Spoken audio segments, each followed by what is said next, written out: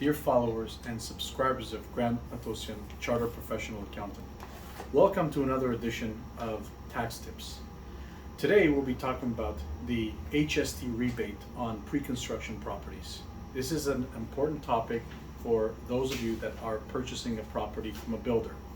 Whether that property is for you to essentially live in when it's built or to invest as part of your investment portfolio and rent it out to a tenant, these are things that you should know.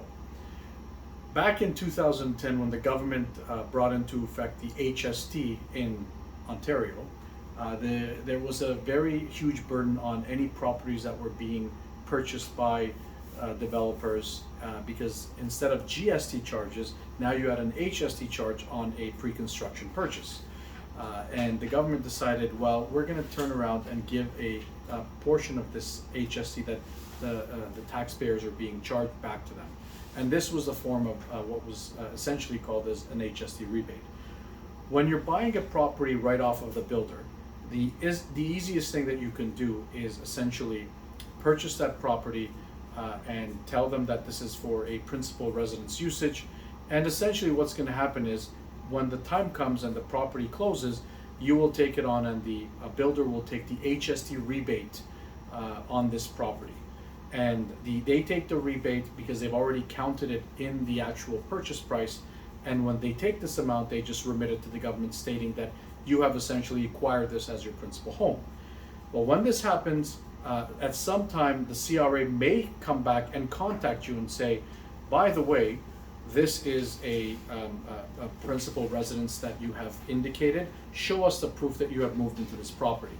And at that point, you will start gathering your documents, moving paperwork, or Rogers bills, cable bills, telephone bills, credit card or bank accounts that you transferred over to this property, and prove that you've acquired this property, and there would be no issues.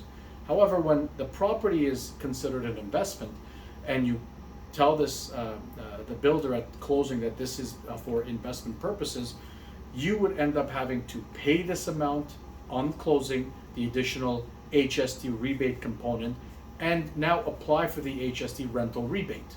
On this amount, if there is a little bit of a difference, because when there is a principal residence usage, the HST rebate is 100% of whatever the rebate component is, which there is a GST and a provincial tax component.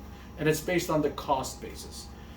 But in the case of an investment property, it's based on the fair market value. So if the property was built 4 or 5 years later in situations like condominiums, well, there is a potential that the HST component, the fair market value has now gone up. And if the fair market value has gone up, then you might actually not be able to qualify for the GST portion of this rebate. So you have to be really careful here, because for an investment purpose, you might be out anywhere between $0 to $6,300 on the GST side.